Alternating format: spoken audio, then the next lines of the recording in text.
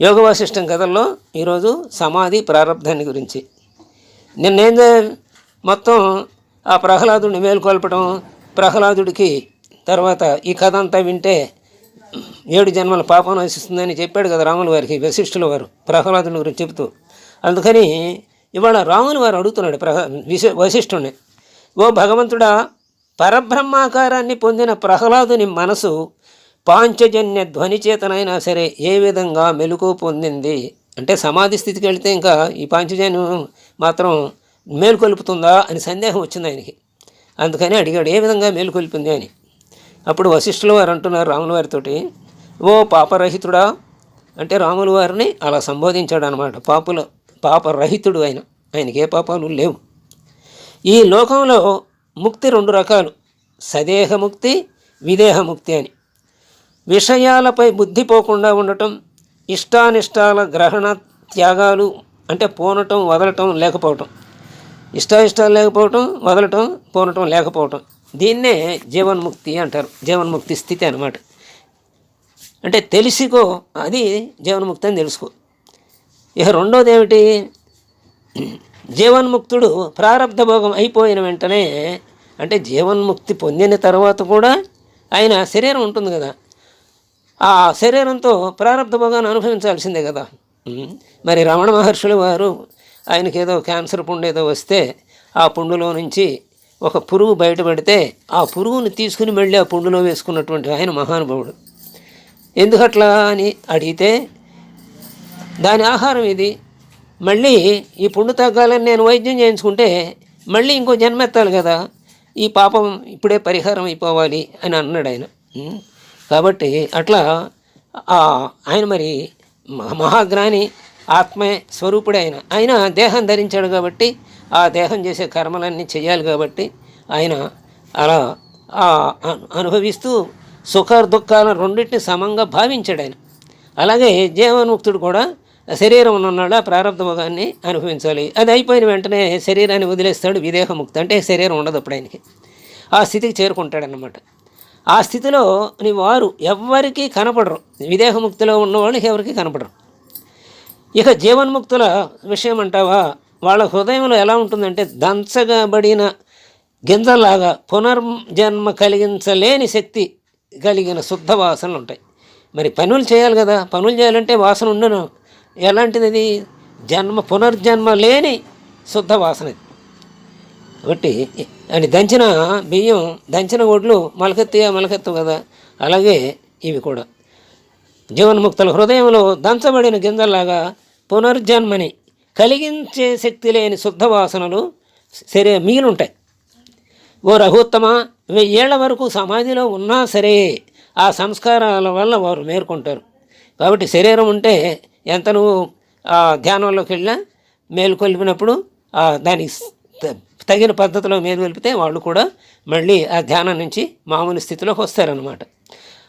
అలాగా అలాంటి సంస్కారాలు దంచబడిన గింజల్లాగా ఉన్నటువంటి వాసన పునర్జన్మ లేని శుద్ధ వాసన కలిగిన సంస్కారాలు ఉన్నాయి కాబట్టి మేలుకొన్నాడు ఆయన కూడా. ప్రహ్లాదుడు కూడా తనలో మిగిలి ఉన్న ఆ శుద్ధ సంస్కారాల వలనే శంఖనాదాన్ని విని మేల్కొన్నాడు. అంతేకాకుండా నిఖిలాంతరాత్ముడు, నిఖిల కారణుడు, సత్య సంకల్పుడు అయిన శ్రీహరి సంకల్పం ఎలా ఉంటే అలా జరుగుతుంది. ఆ వాసుదేవుడు ప్రహ్లాదుడు బోధనందు కాక అని చింతించిన వెంటనే అట్లా జరిగిందనమాట.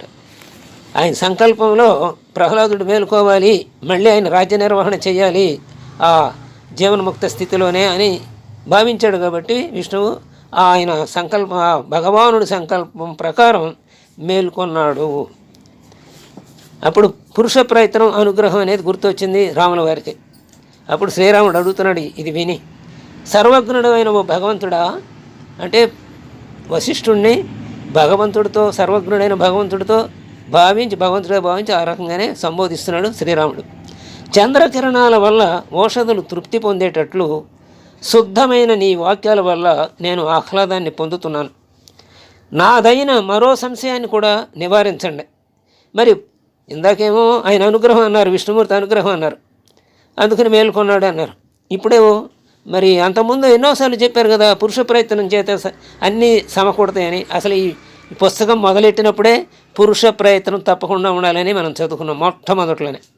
కాబట్టి అంటే మనం ఒక అడుగు ముందుకేస్తే భగవానుడు 10 అడుగులు ముందుకు వచ్చి మనని అనుగ్రహిస్తాడని చెప్పుకున్నాం కదా, అలా అనమాట. అందుకని మన ప్రయత్నం ఉండాలి. కాబట్టి అలా అన్నారు కదా, ఇంకొక విధంగా కాదన్నారు కదా, ఏది వచ్చినా సరే ఫలితం మన ప్రయత్నం ఉండాలన్నారు కదా. మరి ఇప్పుడు ఒకప్పుడేమో ఆత్మ తన శక్తి వల్లనే ప్రబుద్ధం అవుతుంది, మరొకప్పుడు విష్ణు వల్ల ప్రబోధం అవుతుంది అంటున్నారు కదా మరి అని అడిగాడు వశిష్ఠుడిని. ఇదేమిటి అని. అది ఇది రెండు ఎట్లాగు అని అడిగాడు అనమాట. ఓ రామా అంటూ చెప్తున్నాడు వశిష్ఠుల వారు. మాధవుడు ఎంతకాలం పూజింపబడ్డా సంతృష్టి పొందినా విచారణ లేని వానికి జ్ఞానాన్ని ఇవ్వలేడు. ప్రీతి ఎంత ఉన్నా పంతులు గారికి ఎంత సేవ చేసినా మనం చదవకుండా రాయకుండా పరీక్ష పేపర్లో ఇస్తే మార్కులు వేస్తాడా? లేడు కదా. ఆ ప్రయత్నం ఉండాల్సిందే కదా. అందుకని పురుష ప్రయత్నం విచారణ అనే చెయ్యాలి, ఆ ప్రయత్నం చేయాలి. అప్పుడే జ్ఞానం కలుగుతుంది. అంతేగాని ఆ ప్రయత్నం వల్ల కలిగే ఆత్మవిచారమే ఆత్మసాక్షారానికి ముఖ్యమైన ఉపాయం. ఇంకో రెండో ఉపాయం లేదు. ఆత్మసాక్షాత్కారానికి ఉపాయం ఏంటంటే ప్రయత్నం వల్ల కలిగే ఆత్మవిచారం. అంటే మనగా ప్రయత్నం చేయాలి. ఎన్నో సిద్ధాంతాలు ఉంటాయి, ఎన్నో ఉంటాయి. ధ్యానం చేస్తే చక్కగా నీకు మోక్షం వస్తుంది అంటాడు. ధ్యానం అంటే వస్తుంది. ఆ ధ్యానం చేయాలి మనం, అదే ప్రయత్నం. ఆ ధ్యానంలో మనం ఆచరించాలి, అంతే కదా. కాబట్టి ఆత్మసాక్షాత్కారానికి ప్రయత్నమే, ఆత్మవిచార ప్రయత్నమే ముఖ్యం. ఇంకా వేరే ఉపాయం లేదు. వరము వరదానం మొదలైనవన్నీ అముఖ్యమైనవే. అవన్నీ ఏమిటంటే ఇక సుఖభోగాలు పరలోక సుఖభోగాలకు వరాలే, కానీ ఆత్మ విచారణ లేకపోతే జ్ఞానం రాదు. జ్ఞానం రాకపోతే కర్మలు దగ్ధమైపోతే ముక్తి రాదు. కాబట్టి అందువల్ల నీవు ఓ రామ ముఖ్య ఉపాయమైన పురుష ప్రయత్నాన్నే అవలంబించు. విష్ణువును పూజించి వరం పొందటం కూడా ప్రయత్నమే, బలమే కానీ ఆకస్మికం కాదు. విష్ణువుని కూడా పూజిస్తేనే కానీ కనపడి వరం ఇచ్చేది. అదే త్రికరణ శుద్ధిగా మనం పూజించినప్పుడే. మనం రోజు పూజ చేస్తూనే ఉన్నాం. అంటే ఆధ్యాత్మిక చింతన వాళ్ళను పెద్దలు అందించినటువంటి బాటలు మనం రోజు పూజ చేసుకుంటున్నాం ఇంటి దగ్గర. అయినా మనకు కనపడ్డాడు భౌతికంగా. ప్రహ్లాదుడికి అంతరంగానూ కనపడ్డాడు, అట్టగా భౌతికంగా రూపం ధరించి కూడా కనపడ్డాడు. అంతే త్రికరణ శుద్ధి ఉండాలి. అది నిరంతరం ఉండాలి. మనకే ఉంటుంది త్రికరణ శుద్ధి, అయితే నిరంతరం ఉండదు. మనకి మన సాధన అలాంటిదన్నమాట. ఇంకా ఆ నిరంతర త్రికరణ శుద్ధిగా మన మనసు ఎప్పుడైతే తయారవుతుందో అప్పుడు మనకి సాక్షాత్కరిస్తాడు. కాబట్టి ఓ రామ, నీవు మొదటగా బలవంతం చేతగానైనా సరే ఇంద్రియాలను వశం చేసుకో. నీ ఇంద్రియాలను నీ చెప్పు చేతల్లో పెట్టుకో, కానీ అప్పుడు మనస్సుని విచారం వైపు తిప్పు. ఇంద్రియాలన్నీ చెప్పు చేతిలో పెట్టుకో, మనసుని విచారం వైపు తిప్పి, అంటే ఆత్మవిచారణ. జనులు ఎక్కడెక్కడ దేన్ని పొందినా అదంతా వారి శక్తి బలం చేతనే.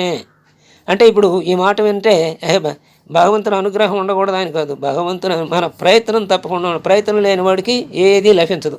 గుర్రాన్ని తీసుకెళ్ళి దానా ముందు పెట్టినా అది తినకపోతే ఉపయోగమే ఉంది, అంతే. అంటే విష్ణుమూర్తి అనుగ్రహం అనుకున్నా మన ప్రయత్నం మనం చేయాలి. గురువుగారికి బాగా ఇష్టం, మన గురువుగారు మన నాన్నకి బాగా స్నేహితులు కాబట్టి గురువుగారికి మనం అంటే ఇష్టం. కాబట్టి గురువుగారిని మార్కులు ఇవ్వమంటే ఇస్తాడా? ఇవ్వడు. మనం చక్కగా కష్టపడి చదువుకుని పరీక్షలు సరిగా రాస్తే అప్పుడే ఉత్తీర్ణత ఇస్తాడు. కాబట్టి ప్రేమగా ఇస్తాడు. ఇంకా మిగతా వాళ్ళకన్నా కూడా ఎక్కువ ప్రేమగా ఇస్తాడు, అంతే. కాబట్టి ప్రయత్నం తప్పదు. కాబట్టి పురుష ప్రయత్నం కాక మరో బలం ఉపాయం లేదు. పురుష ప్రయత్నం లేకుండానే జనార్దనుడు అగ్గుపడతాడంటే మరి పశుపక్షాదులకు కూడా ఆత్మదర్శనం అయి ఉండాలి కదా. అదే జరగలేదు కదా. అంటే ప్రయత్నం ఉండాల్సిందే. గురువు పురుష ప్రయత్నం లేని అజ్ఞానులను కూడా ఉద్ధరించగలుగుతాడు. అంటే వాళ్ళకి ఆ భావన కలిగేట్లు చేస్తాడు. అంటే ఒంటల్ని ఎద్దుల్ని కూడా ఉద్ధరించాలి కదా. వాళ్ళ హరి వల్ల కానీ గురువు వల్ల అయితే భక్తి, అంటే జ్ఞానం సంపాదించాలంటే భక్తి మార్గంలో వెళ్ళాలి. ఎప్పుడైతే మనం ఏమీ ఆశించకుండా ఆయన పట్ల నిరంతర భక్తితో ఉంటామో అప్పుడు జ్ఞానం మనకి కలిగేట్టు ఆయన అనుగ్రహిస్తాడు. కాబట్టి హరి వల్ల కానీ గురువు వల్ల కానీ ధనం వల్ల కానీ ఆ మహత్పదం లభించదు. ఆత్మవిచారణ మూలనే ఆత్మస్వరూపం పొందుతాం. తనదైన పురుష ప్రయత్నం వల్లనే మనస్సును వశపరుచుకొని తనంతట తానే ఆ మహత్పదవిని పొందాల్సి ఉంటుంది. చక్కగా శాస్త్రాలని ఆలోకించి తగిన యత్నాన్ని విచారాన్ని స్వయంగా చేయలేని వారిని మంచి మార్గంలో ప్రవేశపెట్టడం కోసమే విష్ణు భక్తి అనేది కల్పించబడింది. విష్ణు భక్తి ఎందుకంటే బాగా భక్తుడు అనుకోండి, భక్తులకు నేను దాసానుదాసుడు అంటారు కదా, అంటే దాసానుదాసుడు అంటే వాళ్ళు అడిగిందని కోరటం అని ఇవ్వటం కాదు, వాళ్ళకి సద్బుద్ధి కలిగేటట్టు, జ్ఞానం వాళ్ళకి కలిగేటట్టు, జ్ఞాన మార్గంలో వాళ్ళు నడిచేటట్టు వాళ్ళ హృదయంలో మేల్కొంపుతాడు అనమాట. ఆ హృదయాన్ని వాళ్ళకి ఆ భావనలు కలగజేస్తాడు. అలా చక్కగా శాస్త్రాలను ఆలోకించి తగిన యత్నాన్ని విచారాన్ని స్వయంగా చేయలేని వారి మంచి మార్గంలో ప్రవేశపెట్టడం కోసమే భక్తి అనేది కల్పించబడింది. అభ్యాసము, ప్రయత్నము అనేవి ముఖ్యమైన విధులు. వాటిని చేయలేని వారి కోసం పూజక భావం అంటే పూజించబడేది, పూజించబడి రెండవ పక్షంగా అంగీకరించబడింది. అది ఎందుకు అంగీకరించబడారంటే పూజ చేసేవాడు ఆ అనుగ్రహం మనం త్రికరణ శుద్ధిగా చేస్తే మన జ్ఞానం లేకపోయినా తెన్నడి భక్తిలాగా మనకు కూడా అలాంటి నిజంగా భగవంతుడు ఉన్నాడనే భావన మనం చేస్తే మనకి ఆత్మజ్ఞానం కలిగించే భావాన్ని ఆయన కలిగిస్తాడు. హృదయంలో అది మేల్కొంటుందన్నమాట. కాబట్టి విచారము శాంతి లేకపోతే హరి లభించడు. విచారించాల్సిందంటే సాధన చేయాల్సిందే. దేవతల దయ కోసం ప్రార్థించాలి కదా అనేటట్లయితే నీ చిత్తాన్నే ప్రార్థించవచ్చు కదా. అంటే దేవతల దయ కోసం మనం ప్రార్థించాలి, దేవతల దయ ఉంటుంది. అయితే విషయాల నుండి విరమించి ముక్తినివ్వమని ప్రార్థించవచ్చు కదా. విషయాల నుండి విరమించి ముక్తినివ్వని ప్రార్థించవచ్చు కదా. ఆయన ఆ ప్రార్థన విని ఆ ముక్తికి కావలసినటువంటి మార్గంలో మనం పయనించేటట్టుగా భగవంతుడు అనుగ్రహిస్తాడు అన్నమాట. విష్ణువు సర్వజనుల అంతరంగంలో వెలుగొందుతున్నాడు. అతన్ని విడిచి బాహ్యంలో విష్ణువుని సేవించటం ఉత్తమం కాదు. అందుకనే అంతరంగంలో మేల్కొండే, బాహ్యంలో చూడొద్దు, అంతరంగంలో చూడమనిగా మనం చెప్పేది, మనం వినేది అదే కదా. హృదయ గుహలో వెలిసే సనాతన చైతన్యమే ఆత్మ యొక్క ముఖ్య శరీరం. ఎక్కడ? ఈ హృదయంలో. నీవార సుఖవత్తన్వి ప్రతాభస్వత్యనోపమ అని మనం చెప్పుకున్నా. నీవార సుఖం అనే ఆ వడ్డగింజ ముక్కు అంతటి భాగంలో అక్కడే ఆ పరమాత్మ చైతన్యం ఉందని చెప్పుకుంటాం కదా మంత్రపుష్పంలో. కాబట్టి హృదయ గుహలో వెలిసే సనాతన చైతన్యమే ఆ చైతన్యం ఏది ఉంది అదే నిజమైన శరీరం అన్నది, ఆత్మ యొక్క శరీరం అది. శంఖ చక్ర గదా రూపం మాయా కల్పితం. లేకపోతే ఇంకోసారి త్రిశూలము, పాములతోటి, చంద్రుడితోటి, గంగతోటి కనపడతాడు. అసలు రూపం ఏదంటే సనాతన చైతన్యమే. హృదయ గుహలో వెలిసేటువంటి సనాతన చైతన్యమే ఆత్మ యొక్క ముఖ్య శరీరం. ఈ శంఖచక్ర గదాధర రూపం మాయా కల్పితం. ముఖ్యమైన దాన్ని విడిచి అంత ముఖ్యం కాని దాన్ని పట్టుకునేవాడు అమృతాన్ని విడిచిపెట్టి కష్టపడి సామాన్య ఫలాన్ని పండించేవాడే అవుతాడు. కాబట్టి ఆత్మవిచారణ చాలా ముఖ్యం. ఇవన్నీ సాధనాలు, భక్తి మార్గం ఇవన్నీ కూడా సాధనాలే. అందులో మనం పరిణతి చెందితే అంటే త్రికరణ శుద్ధిగా ఉంటే అప్పుడు జ్ఞాన మార్గంలో ప్రవేశించేటువంటి భావన మన మనసులో ఆ పరమాత్మ చైతన్యం వలనే మేల్కొంటుందన్నమాట. అప్పుడు జ్ఞానాగ్ని దగ్ధ సర్వజ్ఞుడు అవుతాం. అప్పుడు జ్ఞానాగ్ని దగ్ధ కర్మాణంలాగా అన్ని కర్మలు, సంచిత కర్మలన్నీ పోతాయి. ఆగామీలు ఎట్టగా ఉండవు. అంత ఆ స్థాయిలోకి వెళ్ళిన తర్వాత ప్రారంధాన్ని వేగించిన గింజలాగా ఉండి పనులన్నీ చేస్తూ ఉంటాం. కాబట్టి కష్టపడి సామాన్య ఫలాన్ని పండించేవాడు ఎవడయ్యా అంటే ఆత్మవిచారణ చేయకుండా ఎంతసేపు అంటే అమృతం అనేటువంటి ఆత్మవిచారణ మాని మామూలు పూజలు చేయటమే అని అంటున్నాడు. కాబట్టి శంఖచక్ర గదాధర రూపం మాయ కల్పితం. ముఖ్యమైన దాన్ని విడిచి అంత ముఖ్యం కాని దాన్ని పట్టుకునేవాడు అమృతాన్ని విడిచి కష్టపడి సామాన్య ఫలాన్ని పండించేవాడు అవుతాడు అని చెప్పి రాముల వారి సందేహాలను తీరుస్తూ వశిష్ఠుల వారు ఇవాళ ఆ రాముల వారికి బోధించారు. ప్రహ్లాదుని కథని చెబుతూ దానిలో ఆయన సందేహాలను నివృత్తి చేస్తూ రేపు గాది కథ చదువుకుందాం. స్వస్తి.